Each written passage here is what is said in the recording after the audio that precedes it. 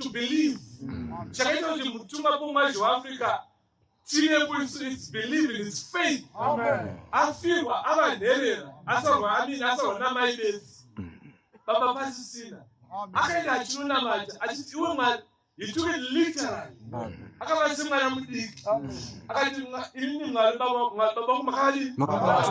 Imimi ndimi baba vangu. Amen. So akataka from that moment anotaura achiti ndakataka kuona Mwari sababa vani. Baba chero physical. Akapersonalize relationship yake nani? Jehovah. Akati mara usiri Mwari wewe wababa. Saka mai vangu mukadzi wako yaarura vachi mari yejuzi taura nemukadzi wako. Yes. Akapersonalize. Webaba vangu kachitaura naye. Achiripo painguva iyoyo ndopakatiwa mavhura. Chuya wadini? Mutumare. Saka we need rutendo rwakaita semuchechi. Rutendo rwemuchechi ndomwatonida.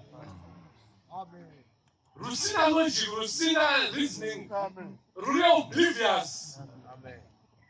Dumb faith chene inowakapusa. Asochitenda. Rutendo rworo ndorunoita mamiracles. Rutendo rworo ndorunokuda usatani. Rusina reasoning. It's blind. It's blind faith. It's blind faith. Amen. Hallelujah. Wakasashika wakasagona kusika pekuti you allow yourself kudona. Usingazoti zvakamira sei but ndizoti akati ndikatendera rusuka rwangu kudini kugumburwa. I believe that way, Diro. Amen. I let go. But I know I did kumburu. I know I did kumburu. Look at the name, but so kunyama kushamba kuma kwenyika. Hakuna kana mwenga tuko shikanja kusema muri monga. Amen. Hata hakuna kana nguwa. Yani kati kusema muri monga. Saka if I'm with him, we are utani. Amen. We are utani. Amen.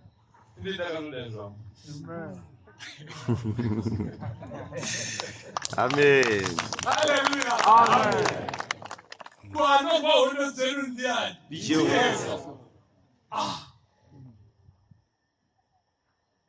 So you don't need your hands. Those are that I still can't do that. It's how. Vanita basa vachita. Hadi vazhinji vati vari kunani? Vatiri. Pane vari? Shoko raMwari zvokwadi. Iri. Ndoratorarama mariri. Ndoratinofamba mariri. We believe everything that's written in the words. We practice it. Then we live in victory. Tivakuni nokufurisa. Nokuda kweshoko. Thy word is a lamp unto my feet and a light unto my path. Shoko iri. Mwenje patsoka dzangu. Shoko rangu mwenje patsoka dzangu. Chaedza panzira yangu. Shoko iri. Ndomunondo wenyu.